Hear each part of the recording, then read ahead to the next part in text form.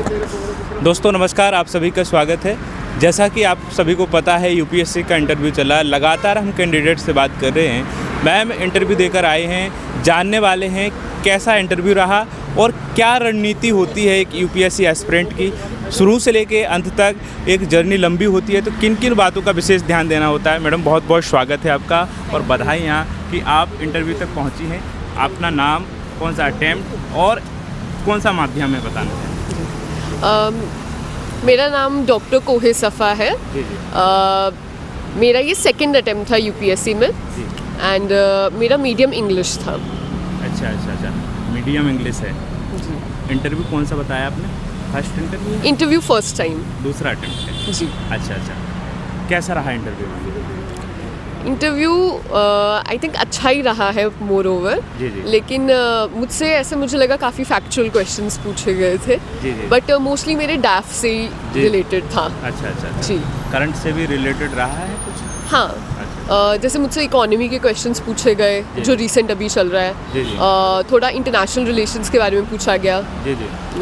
US और Venezuela, Latin America जो अभी करंट में चल रहे हैं काफ़ी। जी। मैम शुरुआत आपने डॉक्टर बोला है, जी। नाम तो आप डॉक्टर हैं, जी। तो फिर क्यों इसमें आना चाहते? एक सवाल पहले यही छात्रों के बीच में, सभी के बीच में आ जाता है। जी। क्या ऐसी क्या रीज़न बने हैं? रीज़न तो यही था कि मेरे को हमेशा से ही सिविल सर्विसेज का जी। था, जी। लेकिन उतना परस्यू नहीं कर पाए और पेरेंट्स भी मेडिकल में थे। मेरी mother is also in medical. तो फिर मैंने सोचा कि मेडिकल करते हैं, उसके बाद देखेंगे। जब मेडिकल किया तो आई थॉट कि मेडिकल से भी मुझे काफ़ी एक्सपीरियंस आया, पब्लिक में काम किया। तो आई थॉट कि अब सिविल सर्विसेज में एक इन्फॉर्म्ड चॉइस होगी जाना और वहाँ जाके अब ज़्यादा कंट्रीब्यूट कर सकते हैं as a person from medical. अच्छा। जी। मैम शुरुआत जब की आपने तो कैसे शुरुआत की? प्री की खासकर बहुत टफ माना जाता है कि प्री निकालना, फिर तो मेंस अलग चीज़ हो जाती है। तो क्या तैयारियाँ थी प्री के लिए, कैसे कर रहे थे, क्या रणनीति रही आपकी? प्रिपरेशन मेरा मैं लास्ट 2024 जनवरी में मेरा ग्रेजुएशन कंप्लीट हुआ एमबीबीएस का। जी। उससे पहले मैंने इतनी पढ़ाई नहीं की थी, उसके बाद ही की। तो 2024 का अटेम्प्ट मेरा मतलब ऐसे ट्रायल अटेम्प्ट ही था। जी। उसमें प्री मेरा क्लियर नहीं हुआ। जी। बट उसके बाद मुझे यही लगा कि प्री के लिए मोर ओवर आपको बेसिक्स पढ़ने होने चाहिए। करंट अफेयर से भी ज़्यादा बेसिक क्वेश्चंस, उनको ज़्यादा से ज़्यादा प्रैक्टिस कीजिए और आप प्रीवियस ईयर कर रही है, कुछ टेक्निक्स होती हैं वो देख लीजिए, कैसे आपको एजुकेटेड गेसेस लगाने और ज़्यादा से ज़्यादा क्वेश्चन अटेम्प्ट करने चाहिए प्री में। आई थिंक 90 प्लस करने चाहिए तो ही चांस बन पाता है आजकल का जो टाइम है। ये मेरी पहली गलती थी कि मैंने इतने नहीं अटेम्प्ट किए थे। अच्छा जी। पहले अटेम्प्ट में आपने कम अटेम्प्ट किए थे। कितने अटेम्प्ट किए थे आपने? आई थिंक मैंने 70 के अराउंड किए थे। 70 के अराउंड जी। किए थे। इस बार आपने जो 91 किए थे। जी। और दूसरे पेपर में सीसेट में? सीसैट मेरे पिछली बार, मुझे अटेम्प्ट तो नहीं याद, बट पिछले साल मेरा 100 समथिंग आए थे। इस बार भी आई थिंक 90 to 100 होंगे। अच्छा। जी। तो मैडम इसके लिए क्या कोचिंग ले रहे थे या सेल्फ आप तैयारियां कर रहे थे? जी। और सेल्फ भी कर रहे होंगे तो क्या सोर्स आपने यूज किए थे? मेरा ऐसे ऑफलाइन तो मैंने कोई कोचिंग नहीं ली है, बट ऑनलाइन मैंने सब्सक्रिप्शन लिए हुए थे कुछ कोचिंग इंस्टीट्यूट्स के पहले। जी। उससे मेरा फाउंडेशन अच्छा तैयार हो गया। उसके बाद कुछ और थे कोचिंग इंस्टीट्यूट, हाँ। उनसे मैंने थोड़ा प्रीलिम्स के टेस्ट सीरीज और मेंस के लिए स्पेसिफिक जो पढ़ना है उसके मॉड्यूल्स, कंटेंट वो काफ़ी अच्छा मिल गया मुझे। अच्छा। तो उससे काफ़ी यूज़फुल रहा और खुद भी आई थिंक पढ़ सकते हैं। हाँ। बट ये है कि मेरे पास टाइम कम था तो बेटर है कि आप रिसोर्सेज यूज़ कर लो जी। ऑनलाइन जो मिल रहे हैं और घर में आराम से पढ़िए। अच्छा। सीसेट के लिए क्या कर रहे थे आप? मैथ्स मेरा 10th तक था। हाँ। और मतलब अच्छा था मेरा मैथ्स, बट सीसैट में थोड़े से हाई लेवल के भी क्वेश्चंस आ जाते हैं कभी कभी। उसमें मैंने प्रैक्टिस ही किया, बस खुद से प्रैक्टिस किया। Previous year CSAT, that's it. Previous जैसे 10 साल का सीसैट या 2010, 12, 13 से बाद का सीसैट एक बार प्रैक्टिस कर लीजिए। हाँ। और जो उसके कॉम्प्रीहेंशंस होते हैं उनको भी एक बार पुरानी ही प्रैक्टिस करो। अच्छा। तो वो काफ़ी सही अच्छा प्री रहता है। के लिए भी आपने फर्स्ट पेपर के लिए भी PYQ, सीसेट के जी। लिए भी PYQ 10 सालों की कम से कम हाँ, लगाए थे आप? PYQ इसमें 2018 ऑनवर्ड्स किए थे मैंने। अच्छा। जो GS रहता है, GS में। बट सीसैट में आई थिंक 2013-14 ऑनवर्ड्स किए थे। जी। मैडम तो इसको देखते थे या एनालिसिस कैसा करते थे आप? ऑप्शनल वाइज करते थे या कैसा क्या करते थे?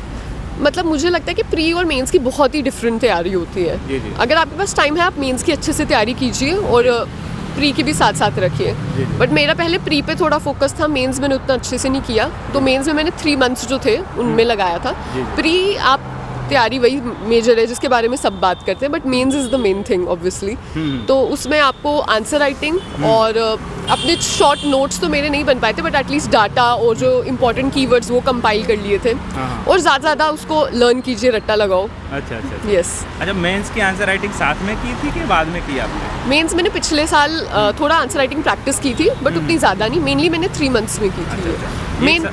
मेंस में अगर मैं बताना चाहूँ तो आई थिंक मोस्ट इम्पॉर्टेंट चीज़ मुझे लगती है कि आप हर अपने आंसर के साथ एग्जाम्पल्स यूज़ कीजिए।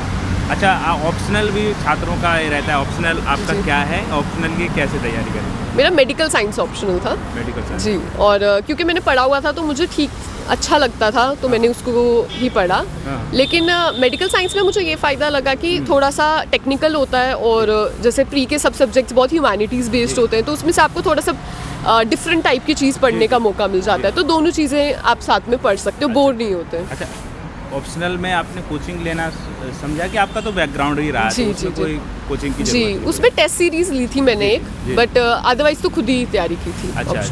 अच्छा मैडम, एक सवाल ये भी रहता छात्रों का, जब आंसर राइटिंग करते हैं तो बहुत सारे टॉपर्स भी बोलना शुरू करते हैं, और बहुत सारे लोग करते हैं कि आंसर राइटिंग साथ में ही कर देनी चाहिए, शुरुआत से ही कर देनी चाहिए। तो एक डर होता है कि कहाँ से शुरू करें, कैसे शुरू करें, तो आपके साथ भी ऐसा हुआ था?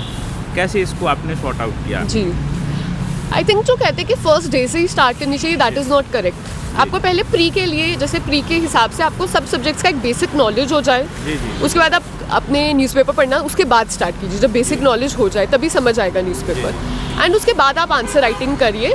और आंसर राइटिंग मुझे लगता है कि पहले काफ़ी लोग करते हैं, बट जो मेंस का टाइम में जो आंसर राइटिंग होती है प्रॉपर वही हो पाती है, और प्रॉपर टाइम बाउंड तभी हो पाती है। उसके लिए आप कुछ कोचिंग के, जैसे आजकल काफ़ी मेंस स्पेसिफिक कंटेंट होता है, वो यूज़ कीजिए, ना कि अपनी प्री वाला कंटेंट सेम।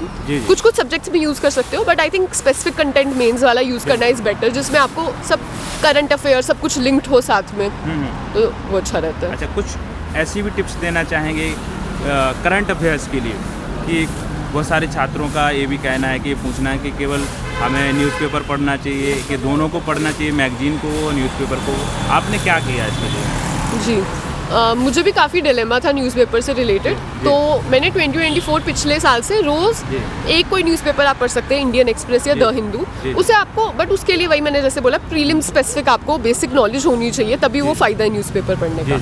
तो एक बार आप अच्छे से पढ़िए। रोज़ का मैं पढ़ती थी, and it was quite interesting कि रोज़ आप जैसे सोशल मीडिया स्क्रॉल करते हैं, सुबह उठ के न्यूज़पेपर पढ़िए, वो बेटर रहेगा। और उससे आपका मतलब इंटरेस्ट भी बना रहता है, और जो उसमें छोटे छोटे एग्जाम्पल्स होते हैं, मैं कोई नोट्स नहीं बनाती थी, वो आपके माइंड में बनते रहते हैं। जैसे बाद में मैं मेंस में भी जब आंसर राइटिंग करती थी, तो न्यूज़पेपर से जो एग्जाम्पल मैंने कभी कहीं पढ़ा होगा वो मुझे स्ट्राइक करता था, और उसको मैं लिखती थी। तो वो आपको एक मतलब आपकी मेमोरी में, वो लॉन्ग टर्म मेमोरी में चली जाती हैं चीज़ें। और रिगार्डिंग मैगजीन्स, मैंने मंथली मैगजीन नहीं पढ़ी, बट प्रीलिम से पहले आई थिंक आप मैगजीन पढ़ सकते हैं, एक ईयरली मैगजीन थोड़ा ऊपर से देख सकते हैं, वो बेटर रहता है। अच्छा, ये भी बात बहुत अच्छी बताई आपने।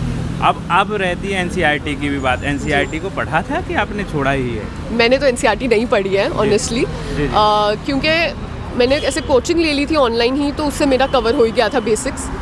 एंड अगर आप बस टाइम आप पढ़ सकते हो, जैसे कुछ सब्जेक्ट्स में अच्छा है, ज्योग्राफी में पढ़ सकते हो एनसीईआरटी, आप ज्योग्राफी में मैंने भी रेफ़र किया है। बाकी हिस्ट्री आई थिंक ज़रूरत नहीं है, स्टैंडर्ड बुक्स पढ़ सकते हो। अगर आप कोई आपके पास दूसरा जगह भी है जहाँ पे आपको समझाया जा रहा है, कोई कोचिंग है या ऑनलाइन यूट्यूब वीडियोज़ है, अगर आई थिंक अब इस टाइम में आप मतलब अगर बेसिक बिल्कुल ही नहीं पता तो पढ़ सकते हैं, बट अगर आपके पास टाइम कम है तो डायरेक्टली स्टार्ट कर सकते हैं। मेंटली जो हम अपने आप को संतुलित कर पाएँ, ऐसा भी बहुत सारे बच्चों का रहता है कि पढ़ाई के साथ साथ हेल्थ का बहुत ध्यान देना होता है।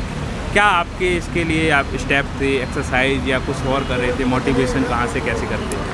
आई थिंक मेरा सबसे बड़ा सपोर्ट तो मेरी फैमिली थी, क्योंकि मैं पास्ट 2 ईयर्स से घर में ही रह रही हूँ, तो मेरी मदर, मेरे फादर, उनका काफ़ी फैमिली सपोर्ट था।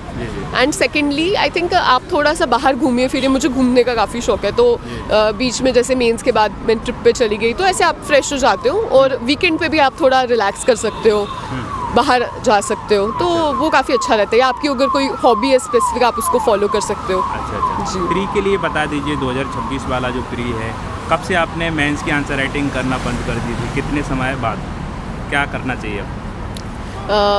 पिछले साल मैं जैसे कि मैं बता रही थी कि मैंने 2024 में ज़्यादा आंसर राइटिंग नहीं की है क्योंकि मुझे उतना पता नहीं था। मैं जुलाई से मैंने थोड़ा स्टार्ट किया था, दिसंबर तक थोड़ा बहुत ही किया था, टाइम वाइज भी नहीं। तो मैंने फिर प्री का ही स्टार्ट कर दिया था फरवरी ऑनवर्ड्स, क्योंकि मैं एक्चुअली अपने ऑप्शनल पे ज़्यादा ध्यान दे रही थी। मेरा ऑप्शनल बिल्कुल कवर्ड नहीं था। फिर मेन तो मैंने उसी के बीच किया है, प्रीलिम्स और मेंस के बीच। बट आप पहले भी कर सकते हैं स्टार्ट, थोड़ा थोड़ा लिखना स्टार्ट कर सकते हैं। जी एक मैसेज दे दीजिए एस्पिरेंट के लिए। मैसेज मेरा यही होगा सबके लिए कि आप मतलब हार्ड वर्क कीजिए। हार्ड वर्क का कोई मतलब दो राय नहीं है, उसके बिना कुछ भी अचीव नहीं हो सकता। और थोड़ा उसके साथ साथ स्मार्ट वर्क भी कीजिए। सब नोट्स खुद हैंड रिटन ना बना के कहीं यूज़ कर लीजिए, कोई चीज़ें डायरेक्ट मिल रही हैं। और अपने ऑप्शनल पे अच्छे से ध्यान दीजिए। एंड आंसर राइटिंग भी इम्पॉर्टेंट है। आप देख लीजिए आपका क्या उसमें कितना मतलब स्किल आपका कितना है। अगर आपको लगता है आपको चाहिए आप करिए, नहीं लगता नहीं चाहिए तो पढ़ने पे ज़्यादा ध्यान दीजिए। वो पर्सन टू पर्सन वेरी करता है सब कुछ। और यूपीएससी किसी का सेम नहीं है, हर किसी की अपनी जर्नी है। तो यू नीड टू फाइंड के what works best for you और उसी के हिसाब से चलना है। All the best ma'am. Okay, thank you.